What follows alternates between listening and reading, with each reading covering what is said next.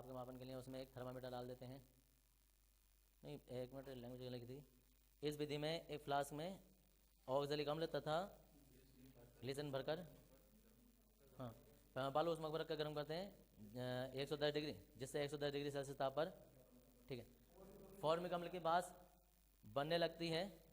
नहीं, फॉर्मिक अम्ल बनने लगता है, बनने लगती है, ठीक है। ताप के मापन के लिए उसमें एक थर्मामीटर डाल देते हैं।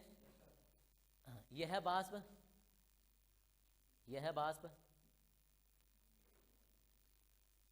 संघनित्र में पहुंचकर, यह है बाष्प संघनित्र में पहुंचकर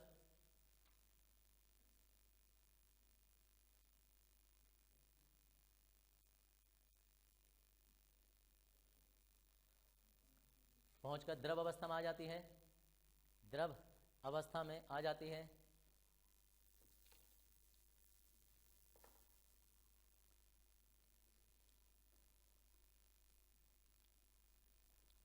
आ जाती हैं, जिसे ग्राही में एकत्रित कर लेते हैं, जिसे ग्राही में एकत्रित कर लेते हैं।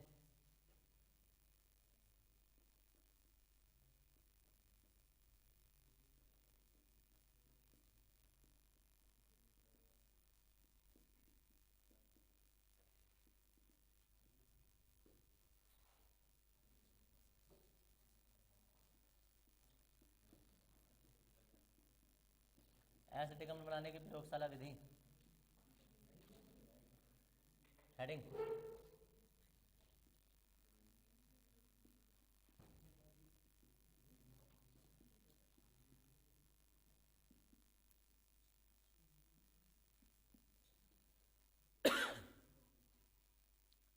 यह है जब एथिल अल्कोहल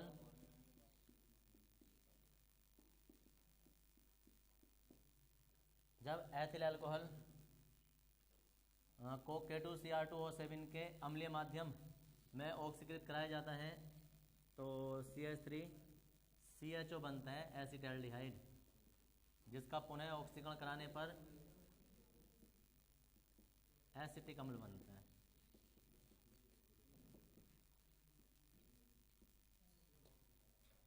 दरअसल इसका चित्र वगैरह जो है ना, हाँ, इसका चित्र जो है ना वो सेम उसी जैसा है जैसा तुमने इसका बनाया था एसिटाल्डिहाइड का। तो पहली बात तो चित्र तो इसका आएगा नहीं एसिटिक अम्ल का, लेकिन आ जाए तो हमें वही है जैसे उसमें K2Cr2 डाला था और ये क्या था एथेनॉल डाला था, तो हम उसे थोड़ा सा और ज़्यादा गर्म कर दें तो एसिटिक अम्ल बन जाता है। चित्र इसका नहीं बनाएंगे, लेकिन फिलहाल इसकी हिंदी लिख रहे हैं अभी प्रयोगशाला विधि की। पेन है नहीं यार हमारे पास, दे दो भाई किसी को पेन हो तो है। किसके फॉर्मिक अम्ल, पीछे वाले जितने अम्ल हैं वो फॉर्मिक में भी चल जाते हैं। फॉर्मिक अम्ल का देखो उधर, पहली बात तो ना फॉर्मिक, अरे सुनो उधर, इनके सबके ना इतने रासायनिक गुण आ जाएंगे अपने आप में इसमें अंत परिवर्तन में कि तुमसे संभाले भी नहीं जाएंगे, बहुत अनुभव आ जाएंगे हर किसी एक टॉपिक के। इसमें लेंगे हिंदी इसकी, जब एथिल अल्कोहल, जब एथिल अल्कोहल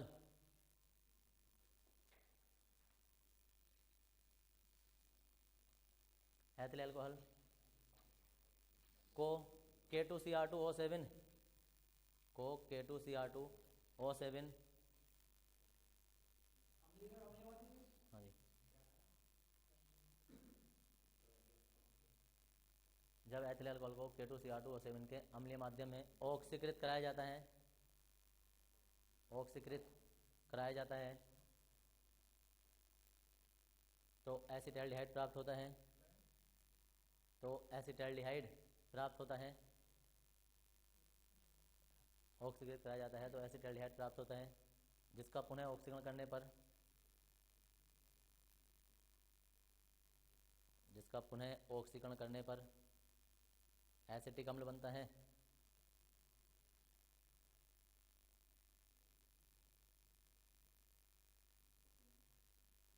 जिसका पुनः ऑक्सीकरण करने पर एसिटिक अम्ल बनता है।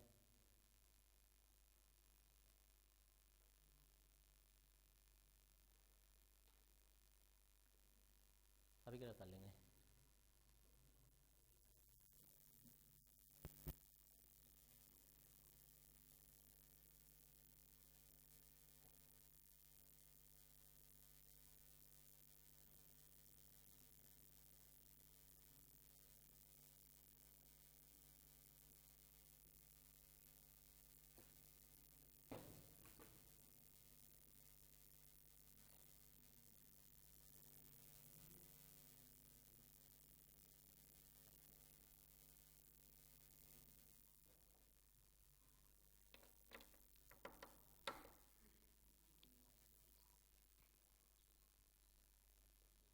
हो गया भाई?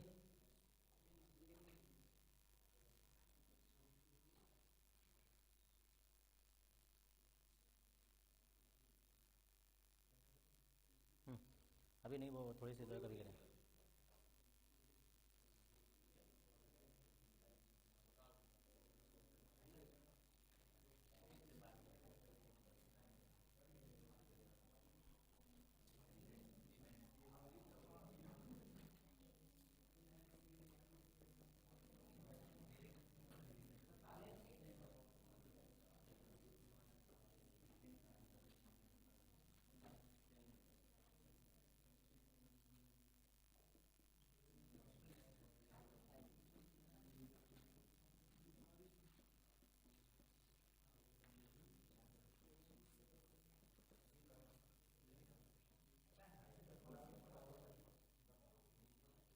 टॉलेंस अभिकर्मक तथा एल्डिहाइड परीक्षण।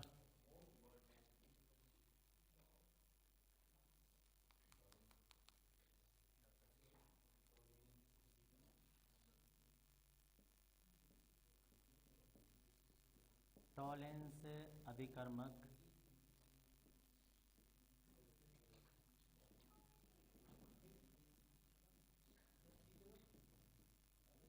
सिल्वर नाइट्रेट का अमोनी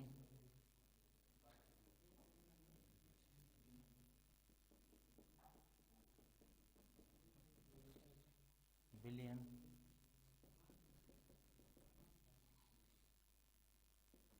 होता है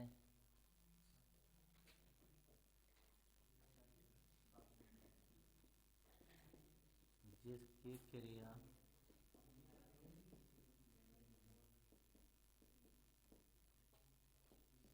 से कराने पर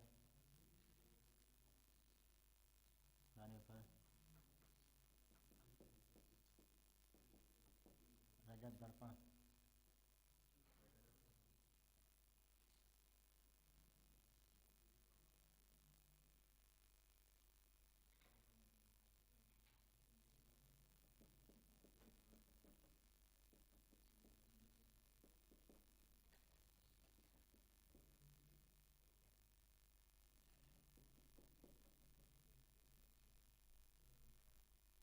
सिल्वर को अपचयित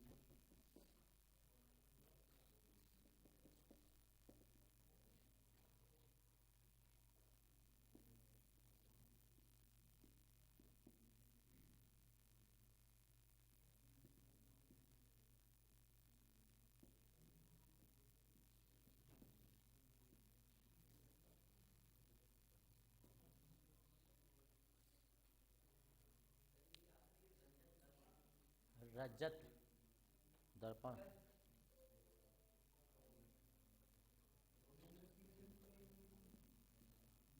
क्या हो जाएगा?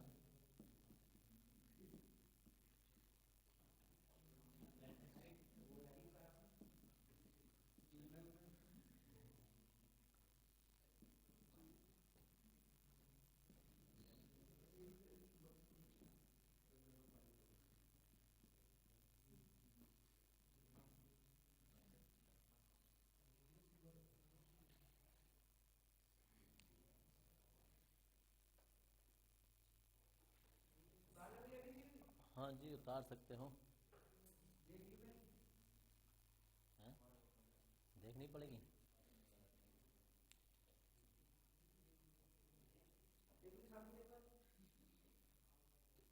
हाँ, ये बड़ा परेशानी क्या बात। अबे अगर जो मैं साइड हो जाऊंगा तो फिर अभी क्या करेगा कौन?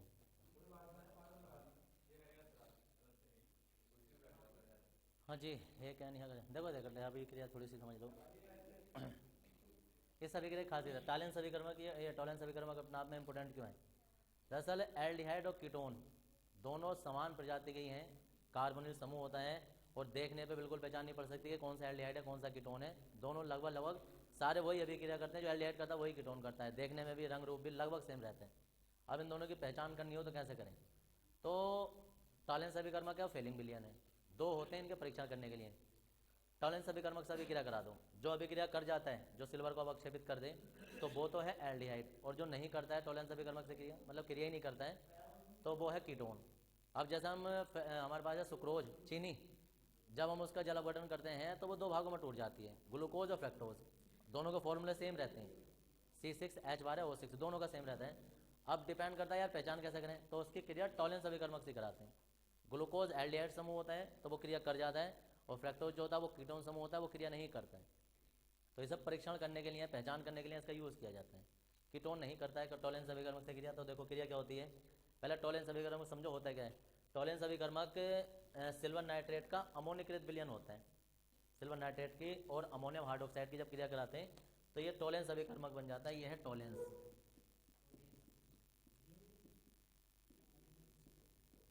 याद रखना ये मिश्रण है दो अलग अलग यौगिकों का। अब इसकी जब इससे क्रिया कराते हैं एल्डिहाइड से, तो सिल्वर तो इसमें से अवक्षेपित अलग हो जाता है, बाकी आर और ये CH जो भी है ना, तो अमोनियम एसीटेट या अमोनियम कार्बो ये एस्टर बन जाते हैं, अमोनियम के एस्टर बन जाते हैं। अब अमोनियम इसमें से NH3, अगर जो तुम N देखो ना, NH3 जो वो 4 बार है, तो उसमें से एक तो खर्च हो जाता है इसके साथ में, बाकी 3 जो बचते हैं ना, तो वो 3 जो है ना वो अमोनिया निकाल देते हैं। अब 3 अमोनिया निकाल देते हैं। अब बाकी रही बात बैलेंस करने की, तो हम ऑक्सीजन और हाइड्रोजन को कैलकुलेट करके, क्योंकि हमारे पास सिर्फ O ही बचा है, O ही बच रहे हैं और H बच रहे हैं। अब वो तो जल ही बनाएंगे, तो जल के अणु देख लेंगे कितने हो जाएंगे, 4। पहले तो टोटल H देख लो कितने, 3 दूनी 6, 6 दूनी 12 और 2 14 और 1 15 H है। वो हमारे पास कितने, 2 और 1 3 वो हैं, तो जी 2 तो ये पूरे खर्च हो गए। H काउंट कर लेते हैं, 4 3 3 9 और 4 13 और 2 15, वो हमारे पास 3 हो गए हैं। R एक ही था, सिल्वर 2 थे, बाकी सब हमारे पास पूरे हैं। ठीक है जी, तो अभिक्रिया हो जाती है। R की जगह तुम CH3 लिख दो तो भी वही है। नीचे 3 होने का मतलब है कि इसका अवक्षेप बनता है, सफ़ेद अवक्षेप होता है। फिर इसके बाद आ जाता है फेलिंग विलयन से क्रिया, और रुको एक मिनट, करता है जबकि, ऐसे लिख देना, जबकि कीटोन टॉलेंस अभिकर्मक, एक लाइन बढ़ा देना या नीचे लिख देना सभी क्रिया के, अभिकर्मक से क्रिया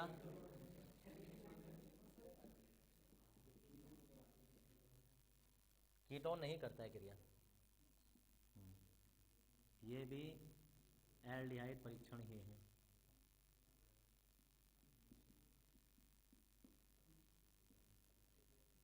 यार परीक्षण गलत ना लिखा गया भाई, ऊपर वाला हमारा कौन सा सही है। परीक्षा ऐसे लिखी जाती है ना, अरे यार बड़ी दिक्कत है भाई, परीक्षण ही तो गलत लिखा जा रहा है, और परीक्षण ही कर रहे हैं हम। चलो कोई बात नहीं, हाँ ये बता देंगे इतने जरा।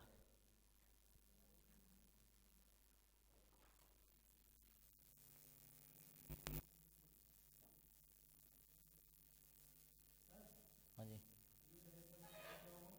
रजत दर्पण जो पीछे क्या होता है,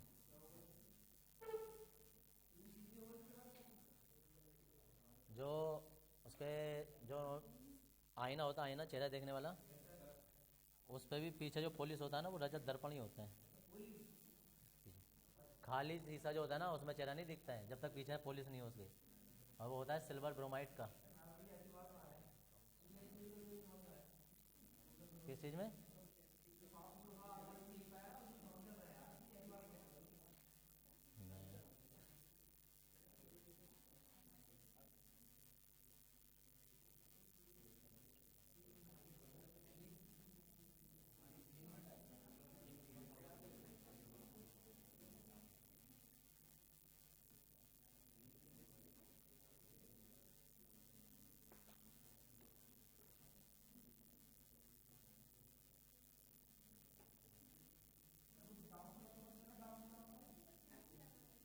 हाँ जी,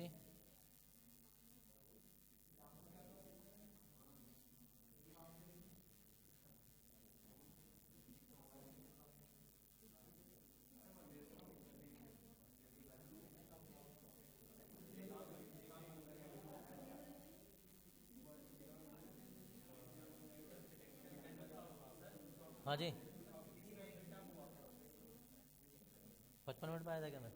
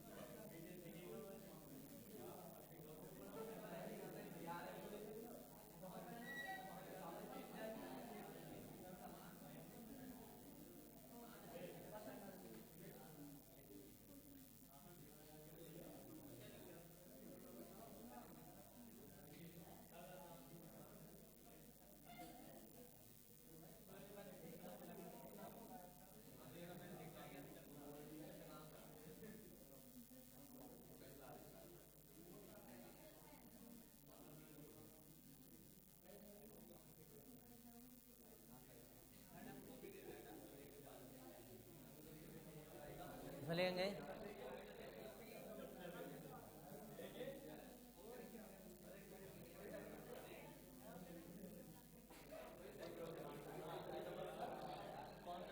देखो, अरे बोलो मत।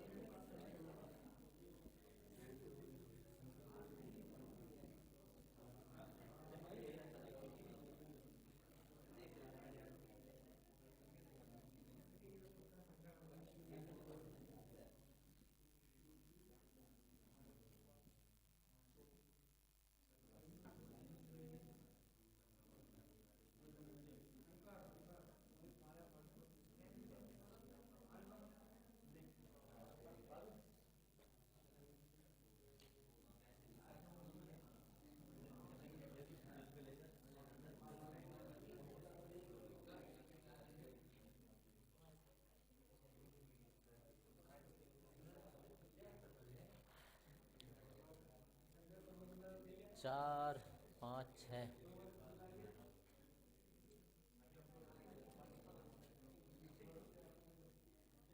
ऐड हो रहे हैं हमारे पास 4, 5, 6।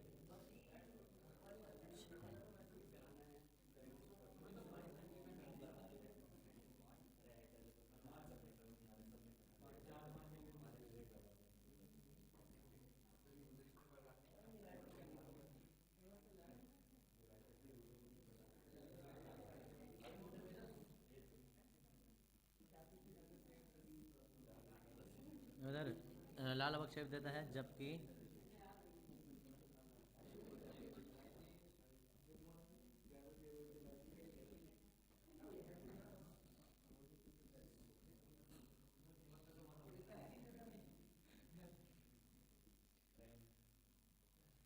क्यूप्रस ऑक्साइड का लाल अवक्षेप। बैलेंस ही देख लेना, पूरी है। सोडियम सोडियम, हाँ जी। क्यूप्रिक, देखो इधर मैं बता रहा हूँ, फेलिंग विलियन क्यूप्रिक आयनों का टार्टरेट ये टार्टरिक अम्ल से बनता है। टार्टरेट आयनों के साथ संकर लवण का क्षारीय विलयन होता है। टार्टरेट होगा, टेरेट सही तो है, टार्टरेट सही है।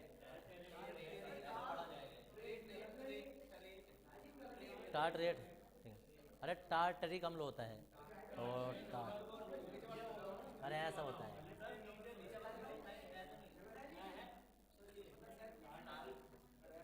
हम्म, अरे ट्रा नहीं होता है,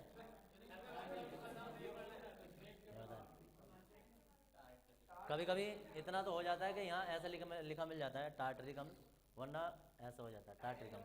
इसका तो फॉर्मूला भी ऐसा करके बहुत सारा ऐसा OH ऐसा करके। तो फिलहाल शायद उसमें प्याज में जो अम्ल पाया जाता है वो होता है टार्टरिक अम्ल, या किसी इसमें होता है जो। अब यार या तो ऐसा सुन लो ऐसा सुन लो, देखो यार, फेलिंग विलियन क्यूप्रिक आयनों का टार्टरेट आयनों के साथ, यानी कि पहले क्यूप्रिक आयन और टार्टरेट आयन आपस में अभिक्रिया करके ये बनाएंगे और उसे हम फिर वापस क्षार में डाल देंगे। तो क्षारीय विलयन का ये मिश्रण होता है, पूरा विलयन होता है, ये क्षारीय विलयन होता है जो एल्डिहाइड के साथ क्रिया करके क्यूप्रस ऑक्साइड का लाल अवक्षेप देता है। जबकि कीटोन जो होता है, कीटोन ये परीक्षण नहीं देता है, ये पहचान करने के लिए होता है कि कौन एल्डिहाइड है कौन कीटोन है। या तो फेलिंग विलयन से क्रिया करा दो या इससे टॉलेंस अभिकर्मक से, ये जांच करने के लिए होता है।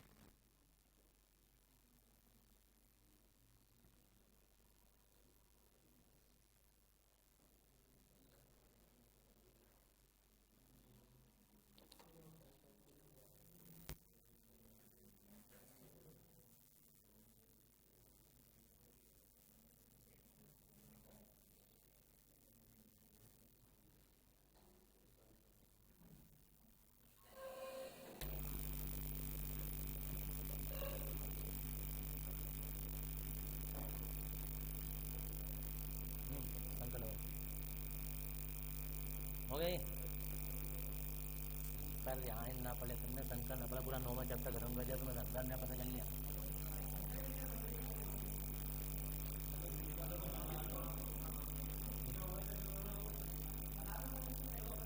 जितनी IUPAC 9वें चैप्टर में पढ़ी है ना वो सब शंकर लवड़ ही है।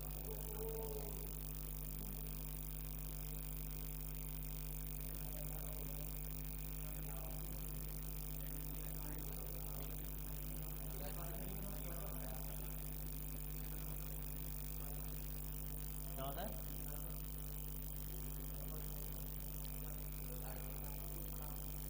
का मतलब शंकर का मतलब होता है, देखो सर, बेंजोइक अम्ल बनाने की प्रयोगशाला विधि भी और उद्योग निर्माण की विधि भी कई सारी होती हैं, लेकिन फिलहाल ये है मोस्टली जिससे बनाया जाता है। देखो ये कि जब बेंजल्डिहाइड का ऑक्सीकरण कराया जाता है K2Cr2O7 के अम्लीय माध्यम में, तो बेंजोइक अम्ल बन जाता है। इसकी दूसरी औद्योगिक निर्माण की विधि ये भी हो जाती है कि साइनोबेंजीन है CN का जब जल अपघटन कराते हैं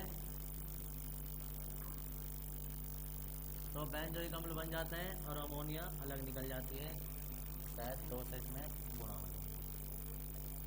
तो ये दोनों हिंदी इसकी अपना आप लिख सकते हो। बेंजल्डिहाइड का ऑक्सीकरण इसकी उपस्थिति में ड्रग्स के द्वारा ऑक्सीकरण कराने पर बेंजोइक अम्ल बनता है, या साइनोबेंजीन का जल अपघटन कराने पर बेंजोइक अम्ल बनता है। कैसे भी लिख दो। हाँ जी, हाँ जी, हाँ यही है, हिंदी अपना बना के लिखो।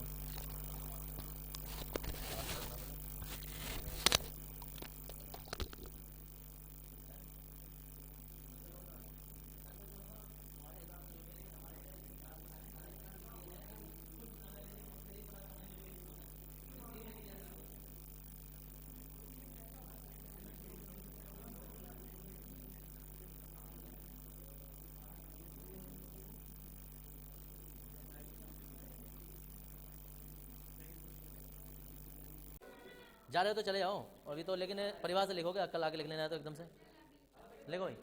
देखो लेकिन लिखवाने से पहले तो मुझे बताना था। देखो भाई, ये होता है अमोनिया, सबको पता है। इसमें से एक एच कम कर दो तो ये बन जाता है एमीन, लेकिन एक जगह खाली रह गई, तो उससे या तो कोई एरिल समूह जुड़ेगा या कोई एल्किल समूह जुड़ेगा। लेकिन सिर्फ एमीन यहां तक ही खत्म नहीं हो जाते हैं। अगर तुमने यहां से 2 एच खत्म कर दिए,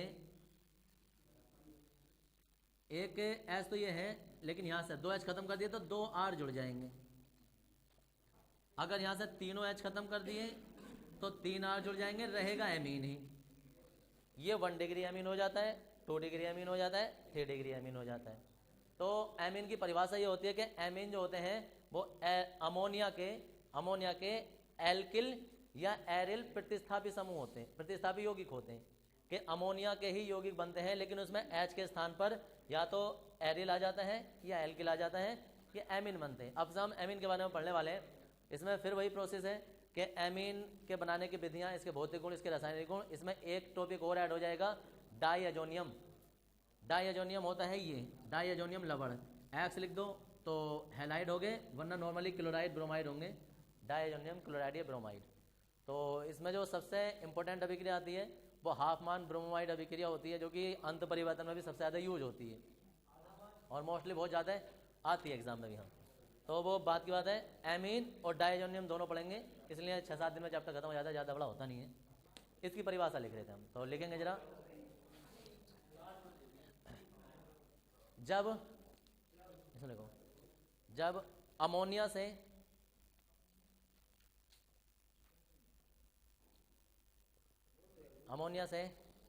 एक या एक से अधिक हाइड्रोजन, एक या एक से अधिक हाइड्रोजन किसी एल्किल या एरिल, किसी एल्किल या एरिल समूह द्वारा, किसी एल्किल या एरिल समूह द्वारा प्रतिस्थापित हो जाते हैं, प्रतिस्थापित हो जाते हैं, एल्किल या एरिल समूह द्वारा प्रतिस्थापित हो जाते हैं, तो यह है